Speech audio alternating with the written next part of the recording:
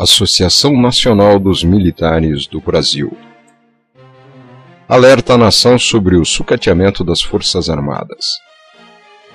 Prezados irmãos brasileiros, civis, militares da ativa, da reserva e forças auxiliares. A imprensa vendida e revanchista publica a notícia como ela quer, sem nenhum compromisso com a verdade histórica. Problema deles.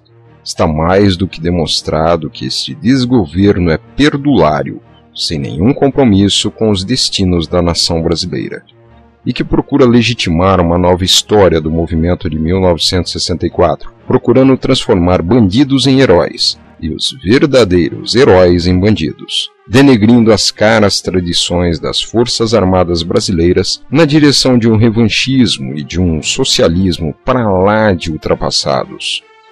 Por este motivo, manifestamos o nosso sentimento contra a injustiça e a ilegalidade praticadas por este desgoverno a seguir. O mais recente documento dos comandos do Exército, Marinha e Aeronáutica sobre o estado dos equipamentos militares comprova que continua em curso o processo de sucateamento das Forças Armadas, iniciado há muitos anos. As consequências podem ser graves. O treinamento e preparo do pessoal acaba espelhando as condições precárias do equipamento e dos sistemas de armas, e o resultado óbvio disso é a redução da capacidade de defesa do país, que também fica sem condições de sustentar ações de política externa que exijam qualquer tipo de apoio militar. A reportagem de Tânia Monteiro, publicada pelo Estado, 22/11, mostra que o problema não se deve apenas à falta de recursos. Em termos absolutos, excluídos os gastos com a dívida pública e a Previdência, o orçamento militar é menor apenas que o do Ministério da Saúde, mas a liberação desses recursos não é regular e contínua, o que prejudica enormemente qualquer planejamento militar que depende de continuidade. Os contingenciamentos de verbas comprometem os planos de reaparelhamento das Forças Armadas.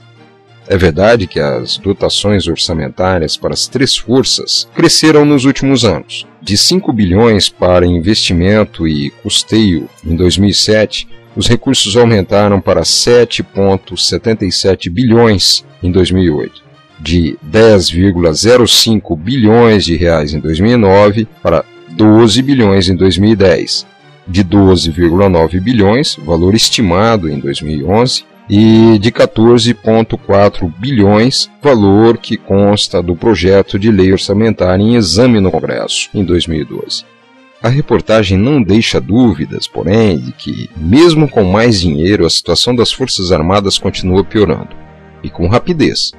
Em março, a Marinha, que, como dizem as autoridades, tem a missão de proteger a área do pré-sal, mantinha em operação apenas 2 de seus 23 jatos A4. Hoje, nenhuma dessas aeronaves tem condições de decolar do porta-aviões São Paulo. Das 100 embarcações militares, entre corvetas, fragatas e patrulhas, apenas 53 estão navegando. Dos 5 submarinos, só 2 estão operando. Na aeronáutica, dos 219 caças, apenas 72, 33%, estão em operação. Dos 81 helicópteros, 22, 27%. Dos 174 aviões de transporte, 67, ou seja, 39%. Dos 177 aviões de instrução e treinamento, 49, 28%. Se considerada a idade média da frota, a situação é ainda pior. Quase 90% dos aviões da FAB têm mais de 15 anos de uso, quando, para uma força operacional com um mínimo de eficiência, o recomendável é que o máximo metade das aeronaves tenham mais de 10 anos de uso. Quanto às baterias antiaéreas, as 9 existentes estão fora de uso. No Exército, a situação não é melhor.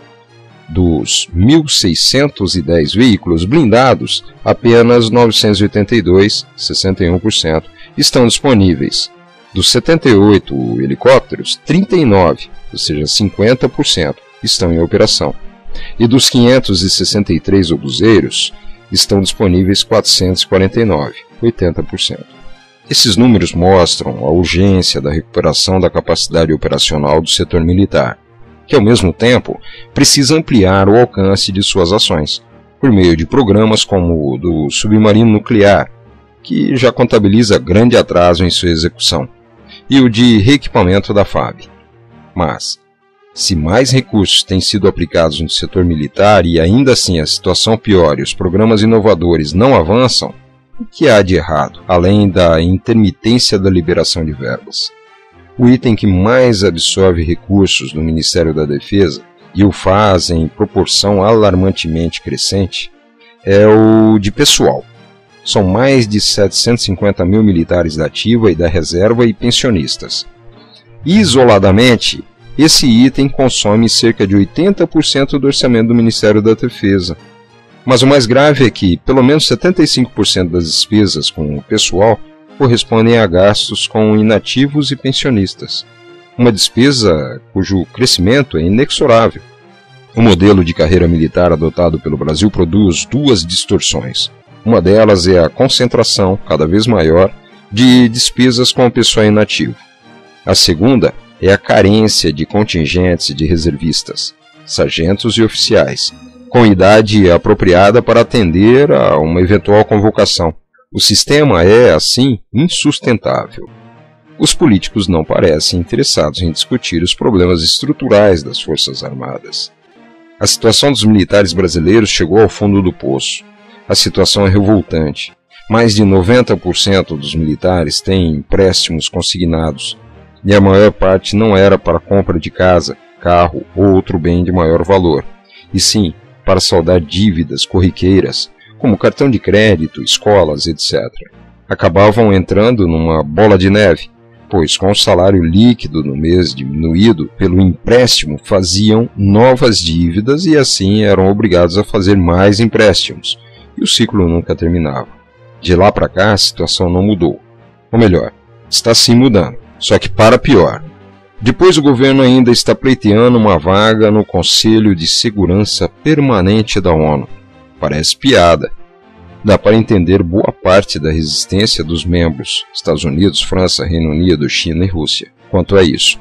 Pois, imaginem só, ter ao seu lado um membro fraco, incapaz de se mobilizar e combater como eles. A missão do Haiti é mera ilusão, pois trata-se de um país fragilizado e totalmente desorganizado militarmente. Se a missão fosse no Irã, por exemplo, tenho pena do que já teria acontecido às nossas tropas.